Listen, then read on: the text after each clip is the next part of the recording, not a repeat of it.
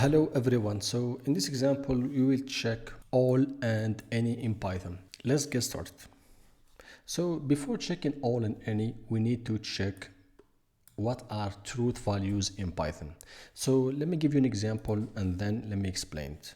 Let's say we have a variable, we call it my bool, which is equal to bool of, let's say, number 1. And then let me print this variable. Let me save this and let me run the code. You can see that we have true. So basically this returns true. Now let's try to change 1 by 0. Let me run this. You can see that now we have false. Let's try something else. Let's say we have the following string, which is hello. Let me first clean this so you can see.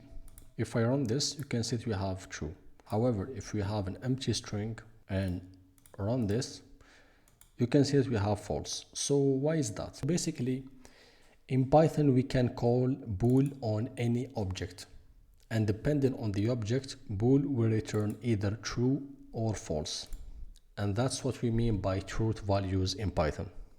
So basically, some objects have a truth value of true and others have false. The ones that have false are 0, an empty string or empty list or empty sequence or any of that, the false keyword and the none keyword. Okay, now we understand what truth value means. Let's now pass to all and you will understand why we did that. Let me also give you another example for the all. Let's say we have a list. I will call it my list and it's equal to 1, 2, 3. And then in here, let's call this one my bool. Let's set this equal to all of my list. And then let's print this variable, my bool. Let me save this, let me clean this, and let's run the code. You can see that we have a value of true. Now, let me add 0 in here. Let me save this, let me clean this. If I run the code again, you can see that now we have false. And same goes for, let's say, an empty string. If I save this and run again, we can see that we have false again. And for example, same goes for, let's say, the false keyword. Let me save this, clean this, and run it again. However, if, for example, we change this to true, and clean this, if I run it again, we can see that now we have true. So basically, all in Python takes in an iterable, like a list or, for example, a dictionary, and then it will return true if all the elements in that iterable have a truth value of true. But if any one of them have a truth value of false, it will return false. Basically, if anything is true, it will return true. Else, it will return false. So how is this useful to us? Why do we care about this? Let me give you an example. Let me remove this. Let's say we have 3 booleans. We call them bool1 is equal to true, bool2 and bool3.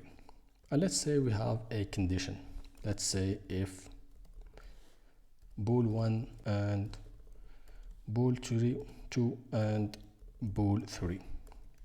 If all of them are correct, we will print, let's say, correct or something.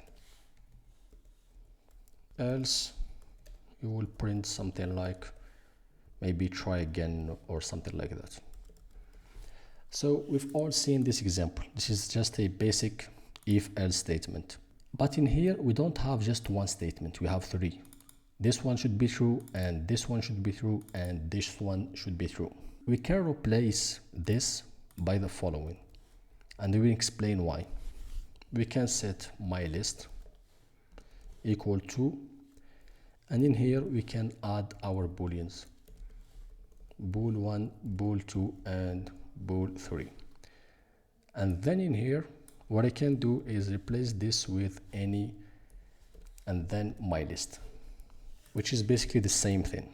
But you might be asking yourself, okay, we did that, but why the trouble? Why not just use the one we used before, bool 1, bool 2, and bool 3? In this simple example, yes, it doesn't really matter. But let's say we have 100 of these, 1,000 of these. We would really need to care at that point, because for example, let's say we need to track all the booleans. We have 1,000 booleans, something like that, or a lot of conditions, or maybe an API is sending some data inside of a list that has a lot of true and false values, and we will evaluate based on that maybe. So it's easier to use any than to use something like if, and all of that. So this is one of the most used cases on why we use that. Let me give you another example, which is this one. So here is a good example. Let's say we have a string and we want to know if all of the values in this string are numerical or do we have some alphabetic stuff in here. We can first get the first list and loop over each character in my string, and then for each character we would check if it's a digit or not. This is basically a built-in string Python method that returns true if an element is digit, else it will return false. And then we will first print it to see what we have, and then after that we will print all of that list. So let me save this, let me clear this, and let me run the code. So you can see that first this is our list. This is this list in here that was created using a list comprehension.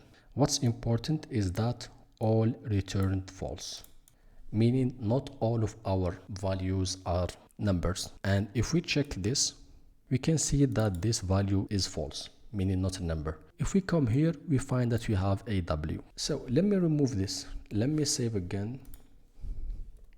I will clear this and I will run the code again. And as you can see, now we have true because everything is true inside of that list.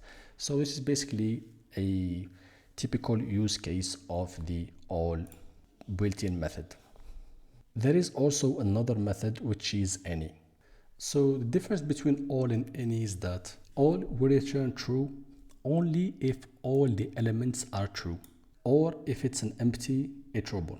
I didn't mention that before. So these are the two conditions. Either it's empty or all are true.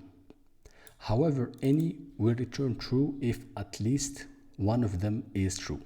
The reason I'm not going to mention any is because the use cases of any are usually far less than the ones of all.